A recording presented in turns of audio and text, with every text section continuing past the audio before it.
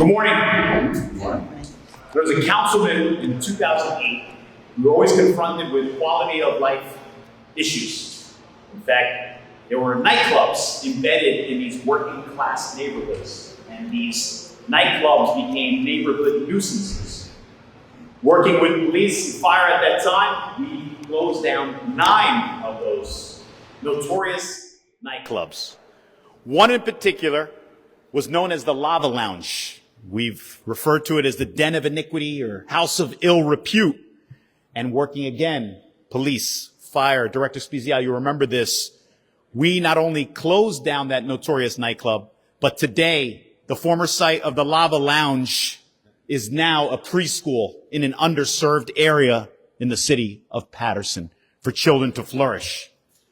And so I'm so encouraged that our officer in charge has replicated that dedication to making sure that we root out these neighborhood nuisances, that we take a zero tolerance approach, and also combat that expression that it's only Paterson and anything goes. Well, not anymore. Thanks to the leadership of our officer in charge, Isa Abbassi, working in coordination with members of my administration, the police department, the fire department, we've launched Operation After Dark, which targeted these illegal nightclubs in the city of Paterson that were compromising the quality of life for our residents. And OIC, to take it a step further, I receive phone calls from these constituents that live in these neighborhoods. And Director Spezial, you know full well, because I will also communicate with you relative to what's happening in those specific areas. Let's say Pearl Street, for example, where we've had continuous issues with illegal nightclubs. Well, I don't receive any more phone calls. So Operation After Dark has been effective, not only in improving the quality of life in those neighborhoods, but also decreasing the number of phone calls that we get relative to complaints from constituents. So we're sending a strong message to those that want to open up after hours illegally. Will not be tolerated. But we're also sending an equally strong message to the people that we represent, our residents, that we're here for you and we're going to continue to combat illegal after-hour operations in the city of Paterson as a result of Operation After Dark. At this time, I want to call forward the gentleman who launched this. We were appreciative of his leadership, and that is our officer in charge, Isa Abbassi.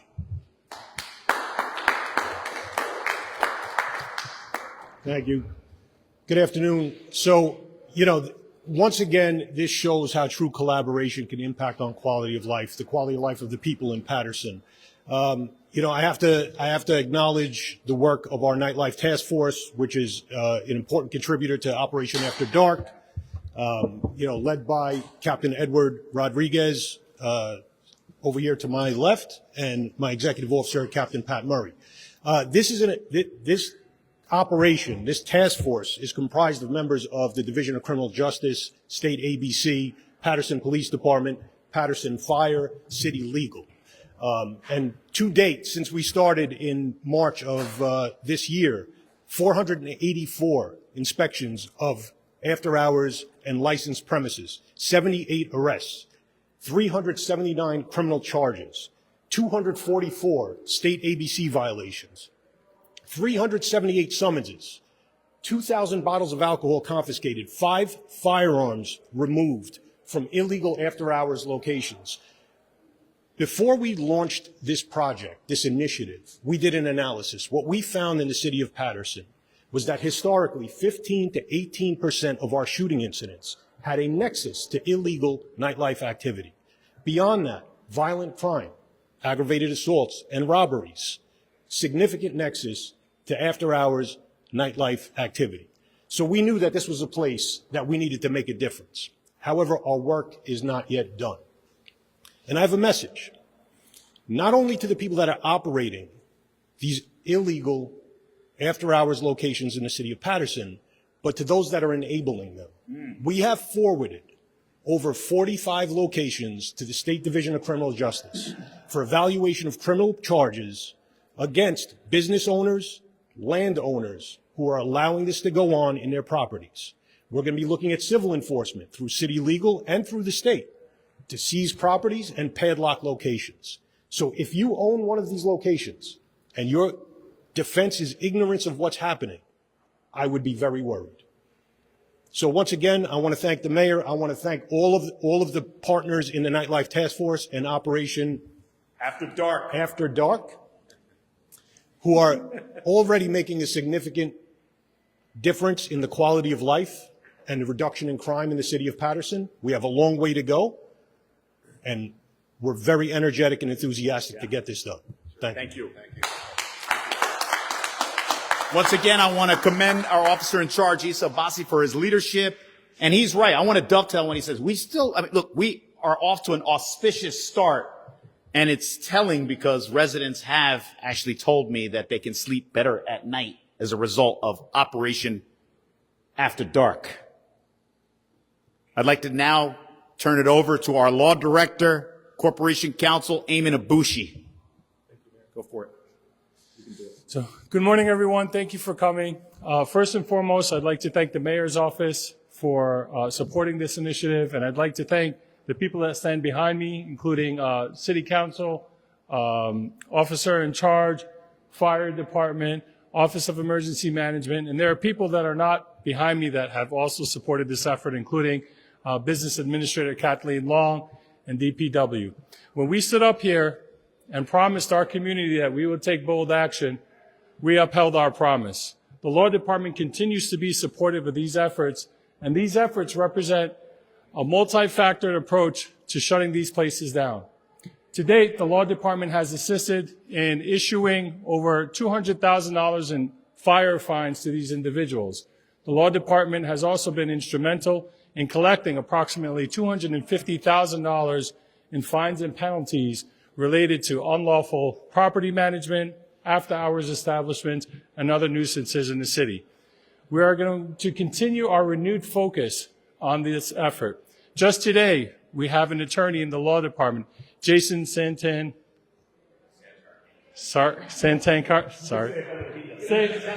yourself. That's the next operation. Say his name.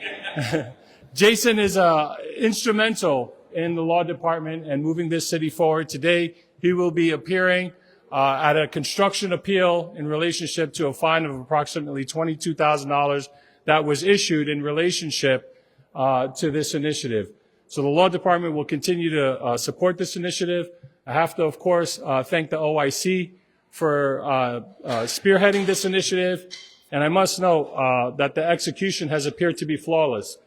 Many times when these sorts of operations take hold in the city, you worry about things like over-policing. You worry about things like overly aggressive policing.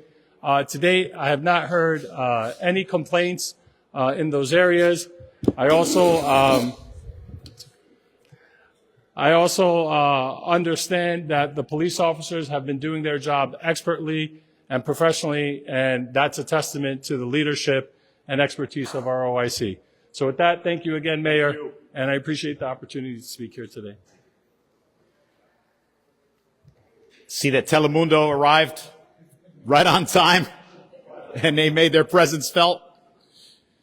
So we'd like to hear from our councilman, Luis A. Velez, who will also do it in Spanish for Telemundo. Councilman, yeah, you're welcome. You're welcome. So first of all, thank you, OIC. Thank you, Mayor. Thank you for the leadership of the police department, fire department, director. You know, we are the middle persons of this city. When we get the complaints, we are the middle. So we get the complaints, we call them a lot. When we get the complaints, we forward a lot. And that's a collaboration that the council had to have. I will advise any individual, and I'm going to read it like this because I just saw the data last night. I will advise all those 78 arrested individuals, do not call a council member to bail you out. Call your lawyer. We're not here to bail out no one. We are here to bring quality of life to the city of Paterson.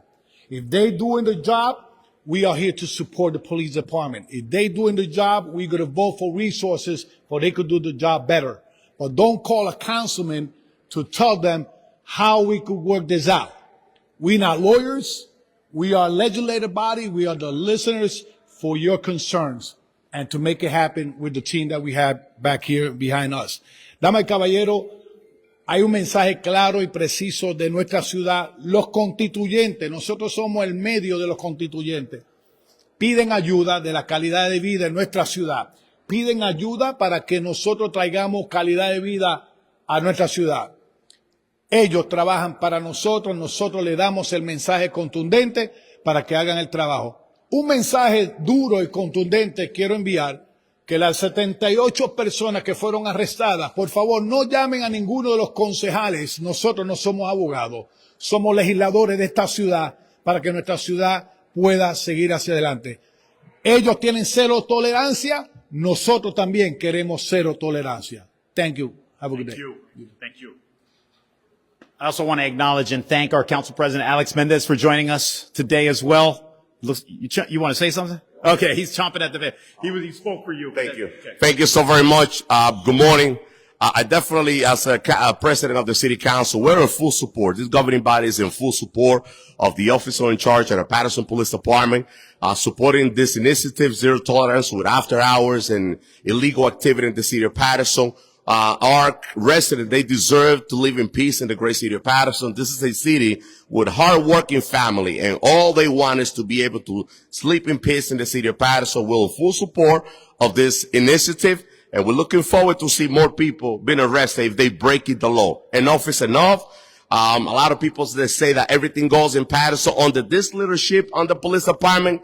That's not going to happen. And this governing body is in full support of what's going on in the city of Paterson. Mis amigos, quiero decirle como presidente del Consejo Municipal que estamos aquí apoyando la policía un 100% en esta iniciativa de parar y frenar las actividades ilícitas e ilegales que están ocurriendo en nuestra ciudad. Los residentes de la ciudad de Paterson merecen vivir en paz y tranquilo. Y eso es lo que nosotros vamos a estar abogando, apoyando el Departamento de Policía, apoyando a la administración para frenar todas las actividades ilícitas. Y aquellos que piensan hacerlo, queremos exhortarles que no lo hagan, porque van a ser detenidos también. Muchísimas gracias. For those that try to initiate with those illegal activity, let me encourage and recommend you not to do it, because this police department is going to be behind you to stop you. Thank you so very much, Mayor.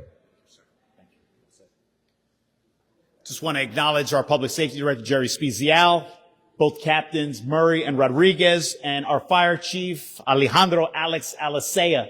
So in summary, Operation After Dark is a multi-factored, cross-departmental approach to making sure that the quality of life in neighborhoods in Paterson is no longer compromised, that residents can sleep better and call and complain less as a result of this crackdown on crime and after-hour clubs that are operating illegally. It is a zero-tolerance approach, and like stated before, and I mentioned it, that in Paterson, it's not anything goes anymore.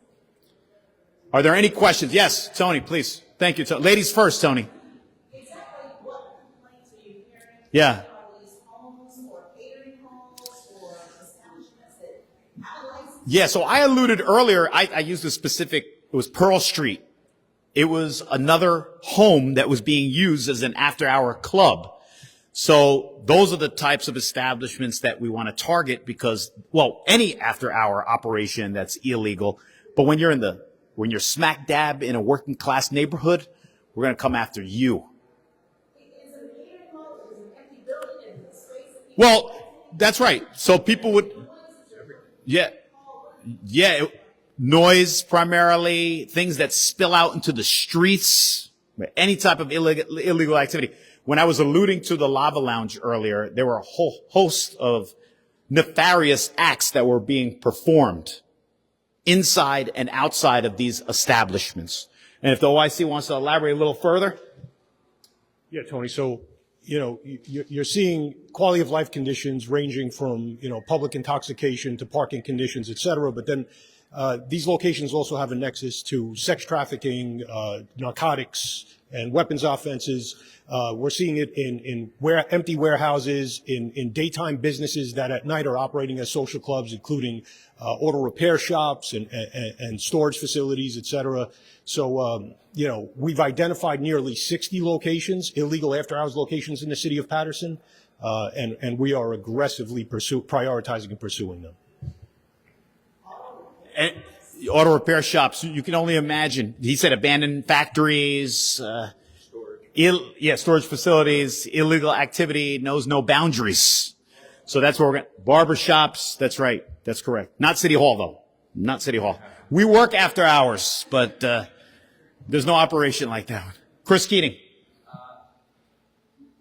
Kind of piggyback on what was said there. Do these people, and I like what the councilman had to say, do these people think they're doing nothing wrong other than holding a big party that gets a little bit... Yeah, quite frankly, I think that's spot on. They may not even be aware that they're doing anything illicit. And that's why we have to launch this type of operation, because people in the surrounding neighborhoods know that this isn't what they paid for as far as their taxes are concerned. They want to be able to sleep at night, and they don't want to have to see certain things like the public intoxication or hear about sex trafficking that may be taking place in the city of Paterson. Just to follow on that, are they, Mr.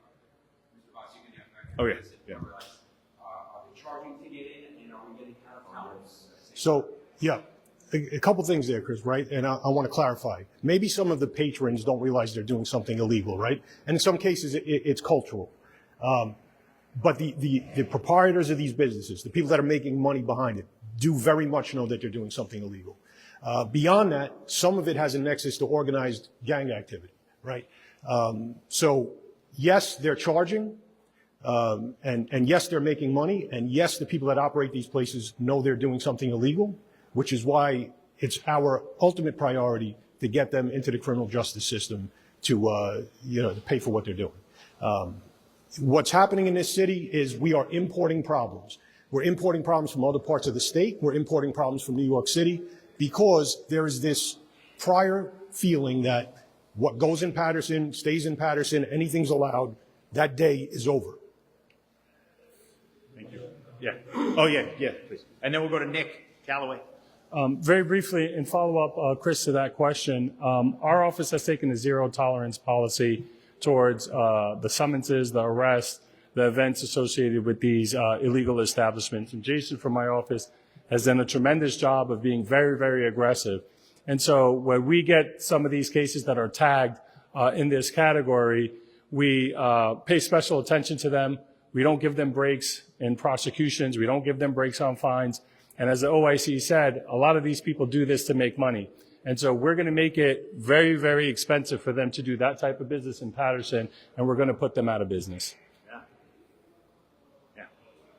Crime does not pay in the city of Paterson. That's true. That's true. Very valid point. Legal businesses are getting hurt because of these illegal operations. Very good, Councilman. Nick, and then we'll...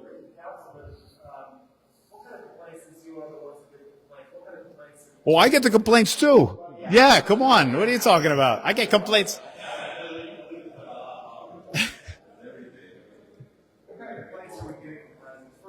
Yeah, sure, of course. Like I said before, noise related, certain things like that spill out into the streets. I can elaborate on like when I was a councilman, the types of complaints that I received relative to like people on other people's properties, defaming or defacing property as well. So there's vandalisms involved as far as, and also loud music. If you want to elaborate there. Right. Public urination, which is illegal. And the people. So listen, the complaints come from loud noise up to using drugs in the street, urinating in the front of the houses, leaving the street dirty, double parking, and this go on, the list go on and on. We get the calls. Captain Murray could testify that. I don't have a time to call him or text him regarding these issues, but that's their work. We only inform. We cannot go to the houses and shut party downs or whatever. That's why I encourage all those individuals that does this kind of activity don't call us to get bailed out. I will send you to jail right away because I want quality of life. I want to be able to sleep too. My colleague also. We get all these complaints. So I'm thankful for the leadership that the law department is working with the legislative body to put teeth in the ordinance and making sure the administration understand that we all want quality of life in the city of Paterson, making sure that they get it under our leadership in the council and that we are here for the residents. And when I said that local business that really pay their taxes and they go through ABC and pay their due to taxes or whatever, they're getting hurt. And they're crying to go after this type of business or illegal business. And we could address also the quality of life and calls that we get from food trucks and other things around the city. People want quality of life. We want your business to run properly. You need to go by the books, not off the books. And Nick, to your question also, think about what happens afterwards when people come out of these illegal nightclubs and get robbed. There could be an altercation. It could lead to a stabbing, maybe even a shooting. So like I stated before, things do spill out into the streets. So the illegal activity is not confined to that specific facility. It plays out in public, and it is what? To the detriment of the poor people that have to see, witness all these types of activity or hear these activities. I'm sorry, you were waiting patiently. Telemundo. We saved you for last because you showed up last. Go ahead. Yeah. So the question is, we understand what's going on with the illegal clubs and the operating market hours. But what happens, for example, with the barbershops that are so popular? People usually go there after they go to work and they stay there until they Yeah. further complaints. Well, I hope they're cutting hair in barbershops. I hope they're not cutting anything else in the barbershops. Look, we have ordinances. We have laws in Paterson. We only ask people to abide by the laws and make sure that you have an establishment that is doing right by the public.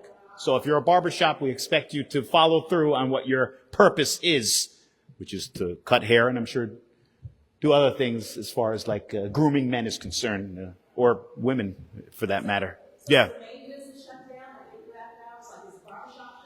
Well, yeah, it all depends, right, on the severity of whatever it is that we cite them for. But if it's something really egregious, yeah, we will move towards, like I said before, with Lava Lounge. We shut it down completely. Now it's a preschool. So you can expect summonses for sure, at the very minimum. But if we have to take extreme measures, that's why we have our legal department involved, and we won't hesitate to do that. Yeah? Go ahead. And what we're talking about here, is a daytime business closing down and then an advertised party on social media, flyers, admission, in some cases tickets. So these are sophisticated establishments. This is not somebody staying late in the barbershop to enjoy a beer with their barber. Any additional questions? If that's all we have, I also want to provide an update. As you know, we had a water main break yesterday on Spring and 21st Avenue. Passaic Valley Water Commission has been working feverishly to isolate that area. I also want to commend our fire department under the leadership of Chief Alicea. They were pumping water into the cooling system at St. Joseph's Hospital, so we'd avert a disaster and an evacuation. But we also still have a boil water advisory in effect for those areas that have been impacted, whether it's South Paterson, parts of downtown as well. But we also have a distribution plan for anyone who needs that water. And so at this time, I'm going to defer to our coordinator of the Office of Emergency Management, Mr. Troy Ayers. Good morning. So as we speak, right at this press conference, we'll be distributing pallets. We have 7 pallets of water. We will have an additional 5. We're distributing 1 case per household to everybody in the boil water advisory until they run out. Once they run out, we'll reassess and we'll go from there. The boil water advisory will be in effect until further notice, probably 24 to 48 hours. I've been on location this morning and yesterday at the water main break. They assured me that it should be taken care of today. So if anybody needs water that's inside the boil water advisory, if you bring your ID, we will freely give you a case of water at the Southside Firehouse, 126 Getty Ave. We'll be there all day giving out water for everybody. Thank you. Any questions for? Do they have running water or is it boiling water? They have running water, but it's trickling and it's not, it's so light that, they have to fill up a pot, takes a while. So if you're going through anything, if you're having problems, Come by there, we'll give you a case of water. We still have cooling sites open throughout the city and the city libraries, giving out cold water for everybody. We're working with the Paterson Police Department, the Paterson Fire Department, community policing, Passaic Valley Water. We have Red Cross volunteers. I've talked to the BA. I've talked to the mayor. We're all working together to help the problem and fix the problem, make sure everybody's good. So work with us and let us know what you have going on, but be patient because we can't fix a pipe faster than Passaic Valley Water. Spring Street in 21st Ave. And how many people, I've seen the map, do you have an approximate number of people that are? It's affecting 24,000, but inside of the boil water advisory, it's close to like 4,000 to 5,000. And what is the city's concern, given the extreme heat that we're going to be expecting, in terms of they will be able to shower, make ice, drink from the tap, businesses? I'm just more, well, one of the things we worry about, we just want you to stay hydrated. You know, you might not be able to take a shower for a couple hours. That's not the end of the world, but we want you to stay hydrated, we want you to stay cool. So we're setting up places so you can come inside, keep your temperature down. And then if you have something going on that's an emergency, please call 911. You're not a doctor, I'm not a doctor. Let us take you to the doctor and get you checked out. Yeah. You know, we just want to keep you hydrated. We don't want to have anybody getting sick just because of the heat. This is the beginning of summer. We have a long time to go, so let's work together. That's true. Today's the summer solstice. Yeah, right. A couple of days. Longest day of the year. When do you anticipate that the water main is going to be fixed? Are you talking about days or hours? I don't want to put a time on it because every time if you put a time on it, something else can happen. So we're going to do, until they fix it, we're going to make sure you have water. Yeah, yeah. That's the way we're going to go. I don't want to put a time limit on it. 126 Getty Ave. 126 Getty Ave. All right. Thank you. Thank you. Also note that schools will be dismissed early today at 1 o'clock. All after-school activities have been canceled, and our summer concert series that we were launching today on the summer solstice, longest day of the year, has been canceled as well. So schools will be dismissed early today at 1 o'clock. Every after-school activity has been canceled as well, and our summer concert series that we were supposed to launch today on the first day of summer, the summer solstice, longest day of the year, because you wanted me to repeat it verbatim, is also canceled as well. No, it's just the heat. Yeah, because unfortunately they're conflated, right? So you got the heat, and then now we're battling this water main break, which affects that section. But when we're talking about the early dismissal, that's the heat wave as well. I'm getting calls. I don't know about the 911, but I'm personally getting text messages and calls. That's why we've been issuing robocalls, going on social media, doing what we can to communicate with the community that's been impacted. And schools have not had reported any issues with AC or anything? No, not that we know of. Nothing has been brought to our attention relative to issues with air conditioning, but they will be dismissed today at 1 o'clock, and I believe 1 o'clock as well tomorrow because of the extreme heat. So June 27th, next week, is the last day of school. Chief, I think it's on to you. No, actually, we don't have any 911 calls other than the regular, heat exhaustion stuff, which we get every year. Our numbers have not increased due to the water. We are working closely with the Passaic Valley Water Commission to address the issue, as well as with Chief Abbassi. We have plans in place in the event that there is an emergency, a fire emergency in that area. We have put plans in place with the police department, as well as our mutual aid partners, and with the Passaic Valley Water Commission. Oh, yeah, that's true. That's one of the issues. Yeah, that's one of the issues we're addressing with the police department, that they have been so forthcoming and willing to help us is to please, I'll ask the residents, please do not open fire hydrants. I know this is an issue that happens every year, and we do go and we shut them down because you shouldn't be doing it anyway. But due to the low water pressures in certain parts of the city right now, we're at dangerously low levels.